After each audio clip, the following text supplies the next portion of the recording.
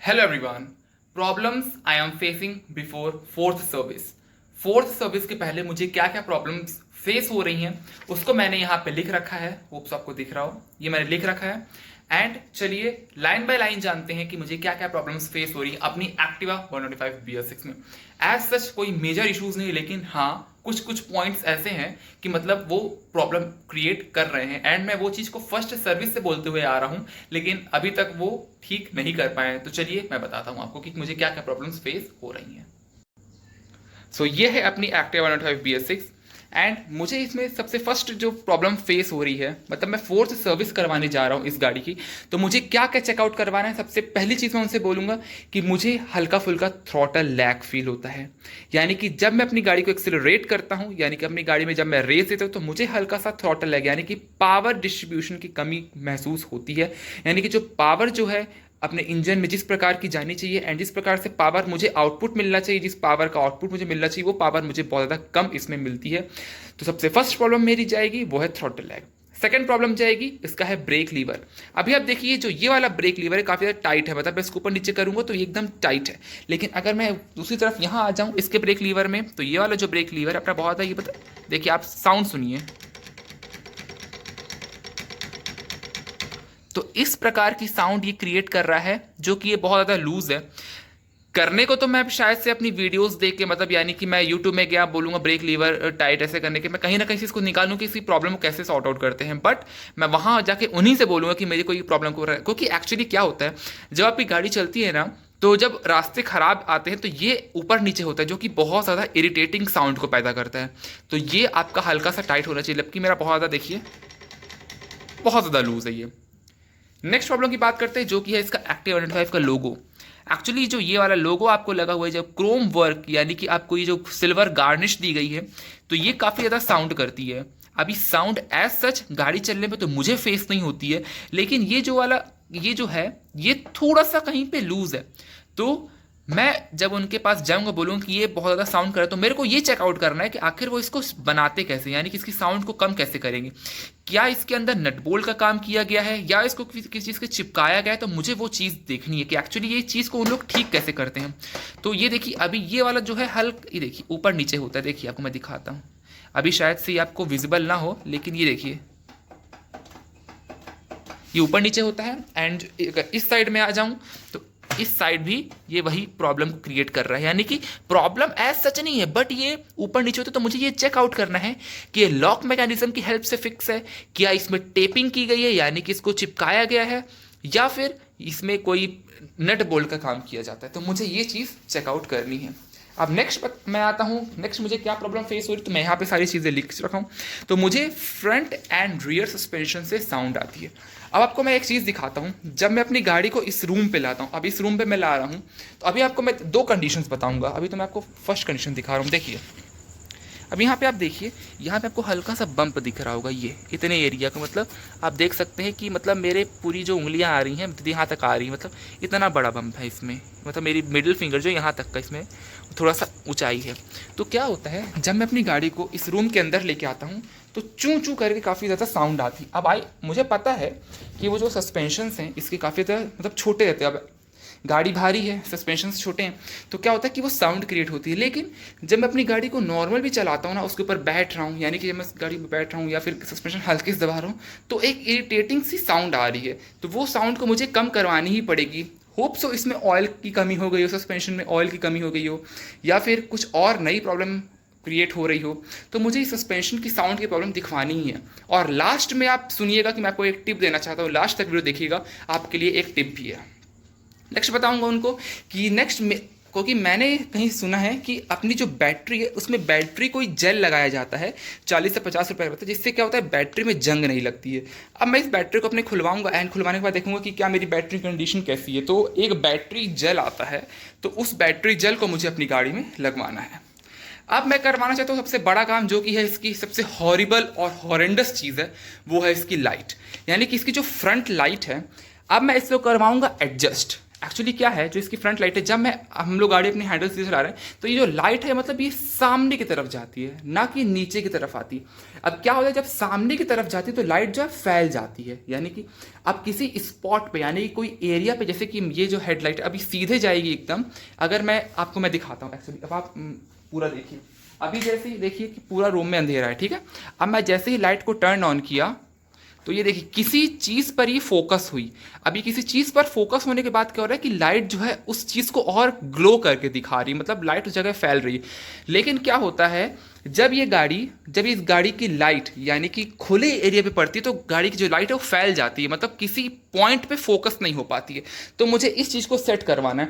ये देखिए, अब जो आप फोकस देख रहे हैं, अभी मुझे इस फोकस को यानी कि ये वाले फोकस को मुझे हल्का सा डाउनवर्ड शिफ्ट कराना है। मतलब समझ सकते हैं कि आप मुझे इतना, यानी कि आप सोच सकते हैं मुझे इतना इसमें डाउनवर्ड शिफ्टिंग चाहिए, जिसकी वजह से मेरी जो लाइट का फोकस है वो प्रॉपर हो जाएगा। एंड सेकेंडली मुझे क्या मिलेगा, एक बेटर व्यू देखने को मिलेगा, क्योंकि सब कोई जानते हैं कि इसकी जो लाइट की परफॉर्मेंस है वो काफ़ी ज़्यादा वीक है। तो इससे अपनी लाइट की प्रॉब्लम भी सॉल्व हो जाएगी एंड अपन को तरीके की लाइटिंग भी देखने के लिए मिलेगी। अच्छा, अब नेक्स्ट बात करते हैं कि मुझे क्या प्रॉब्लम आ रही है। वो है इसमें किक की प्रॉब्लम, यानी कि किक से रिलेटेड मुझे प्रॉब्लम आ रही है। अब किक से रिलेटेड मुझे क्या प्रॉब्लम आ रही है वो आप देखिए। एक्चुअली जो इसका किक है, जब मैं इसकी किक को मारता हूं तो होता क्या है कि इसका किक बहुत ज़्यादा हार्ड है, बहुत ज़्यादा जाम है। इसके अंदर की स्प्रिंग की प्रॉब्लम है। हो सकता है स्प्रिंग में ग्रीस ना हो, स्प्रिंग रस्टी हो गई हो, या फिर स्प्रिंग दब गई हो बहुत ज़्यादा, या फिर फैल गई हो। क्या रीज़न है एक्चुअल मुझे नहीं पता। मैं जाके उनसे बात करूँगा, पूछूंगा एंड तब वो मुझे बताएंगे, तब मैं आप लोग को अपनी वीडियो के माध्यम से बताऊंगा कि एक्चुअल प्रॉब्लम क्या होती है किक के जाम होने की वजह से। मतलब ये किक बहुत ज़्यादा टाइट हो गया है, मतलब टाइट इतना भी नहीं हुआ है कि आप किक मार ही ना पाएं। अब बहुत लोगों की गाड़ी में तो किक लगती ही नहीं है, चप्पल फिका जाएगी लेकिन किक ना लगेगी, ऐसी ऐसी चीज़ें हो जाती हैं। तो इतना भी टाइट नहीं है, बट हाँ दिखवानी है ये वाली चीज़। नेक्स्ट मुझे क्या दिखवाना है, ये जो आप देख रहे हैं यहाँ पे पेंट पील ऑफ, ये जो पेंट निकल चुका है, ये हेयर लाइन स्क्रैचेस नहीं है, ये पेंट निकल चुका है। तो ये जो पेंट निकलने की समस्या है, और ये जो इसकी ग्रैब रेल में ये प्रॉब्लम आ चुकी है, पता नहीं किस मुहूर्त में गाड़ी को ले गए थे, तो ये जो प्रॉब्लम आ चुकी है एंड ये जो प्रॉब्लम आ चुकी है। चलिए अच्छा है, मैं तो कहता हूँ कि अगर मेरे गाड़ी प्रॉब्लम आएंगे तो मुझे चीज़ें पता चलेगी कि क्या क्या होता है, तो मैं जाऊँगा एंड उसके बारे में सर्च करूँगा, तो अच्छी इन्फॉर्मेशन मैं आपको दे पाऊँगा। नेक्स्ट बात करते हैं कि मुझे क्या प्रॉब्लम आ रही है। वो है मतलब रेंज और किलोमीटर के इशू को लेके मुझे प्रॉब्लम आ रही है। अभी मैंने अपनी गाड़ी को अपनी पिछली वीडियो में मैंने आपको दिखाया था, मतलब पिछली 2-3 वीडियो के पहले मैंने आपको बताया था कि रेंज मतलब मतलब मेरे सब्सक्राइबर को रेंज की इशू आ रही थी। अब मैंने अपनी गाड़ी को इतना चलाया भी नहीं है, मतलब कह सकते हैं कितने किलोमीटर का ड्रॉप मिला, 17 किलोमीटर का मुझे ड्रॉप मिला है। 17 किलोमीटर का मुझे ड्रॉप मिला है।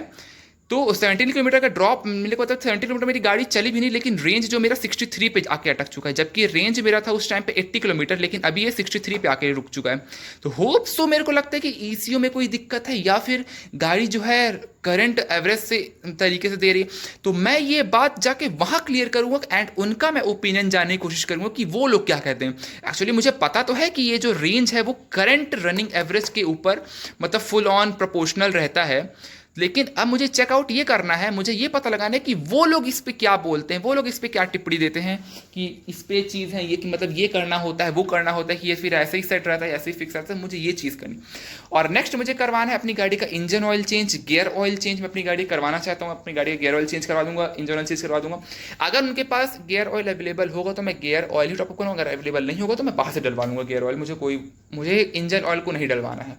और मैं क्या करवाऊँगा, फुल बॉडी ग्रीस अपनी गाड़ी में जो है मैं पूरी बॉडी में ग्रीसिंग करवाऊंगा ही करवाऊंगा। बिकॉज क्या होता है ना कि अब गर्मी के मौसम की वजह से ग्रीस जो है ना खत्म हो रही है, ग्रीस जो पतली हो रही है, तो मुझे ग्रीसिंग करवानी, जैसे कि मुझे इनमें ग्रीसिंग करवानी है, ये जो इसके साइड में फुटरेस्ट है इसमें करवानी है ग्रीसिंग, स्टैंड में करवानी है, आगे की जो ये हैंडल है इसमें करवानी है, ब्रेक्स में करवानी है, बाकी जितने भी मतलब ये सीट के अंदर हो गया, ये फ्यूल लिड वाला हो गया, दूसरे साइड वाला फुटरेस्ट हो गया, बाकी जितने भी एरिया हैं, आगे के ब्रेक्स हो गए, पीछे के ब्रेक्स हो गए, जितने भी एरिया है मुझे पूरी बॉडी में ग्रीसिंग करवानी है।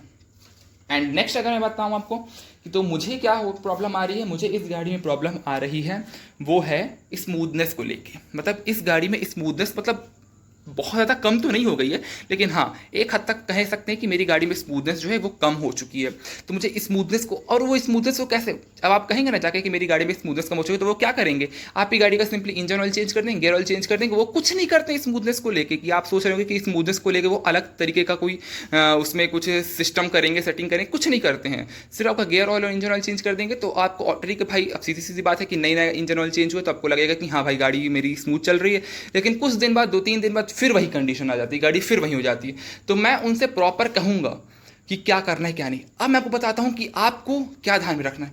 अगर आपकी 3 फ्री सर्विस हो चुकी है, यानी कि अगर बची हो या एक सर्विस, तो आप ये जरूर ध्यान दीजिए कि अगर आपकी गाड़ी में कोई प्रॉब्लम आ रही है तो उसको आप वहीं करवा लीजिए। एक्चुअली क्या होता है, 3 फ्री सर्विस तक वो ऐसा कोई मेजर काम आपकी गाड़ी में नहीं करते जिससे उनको बेनिफिट ना हो। वो 4th सर्विस में ही आपका काम करते हैं, क्योंकि 4th सर्विस जो होती है वो पेड सर्विस होती है। तो पेड सर्विस होती है तो उनको पैसा, उनका जो मुनाफा है वो थोड़ा ज़्यादा बनता है। तो मैं आपको बताऊं कि जैसे कि मान लीजिए आपकी गाड़ी में क्या प्रॉब्लम आ रही है कि आपकी गाड़ी का जो यार लोग है वो ढीला है, तो वो लोग बोलेंगे अच्छा ठीक है मैं ऐसा कर देता हूँ, वैसा कर देता हूँ। या फिर कोई आपकी गाड़ी में कोई ज़्यादा बड़ी प्रॉब्लम आ गई तो मैं ऐसा कर देता हूँ, वैसा कर देता हूँ। वो छोटी छोटी चीज़ को लेकर काम निपटा लेंगे, मतलब काम आपका ठीक कर देंगे। लेकिन वो प्रॉपर तरीके से आपका काम ठीक नहीं है जब तक उनकी 4th सर्विस ना हो जाए, जब तक अपनी 4th सर्विस ना निकाल लेंगे, आपका प्रॉपर तरीके से वो काम नहीं करेंगे।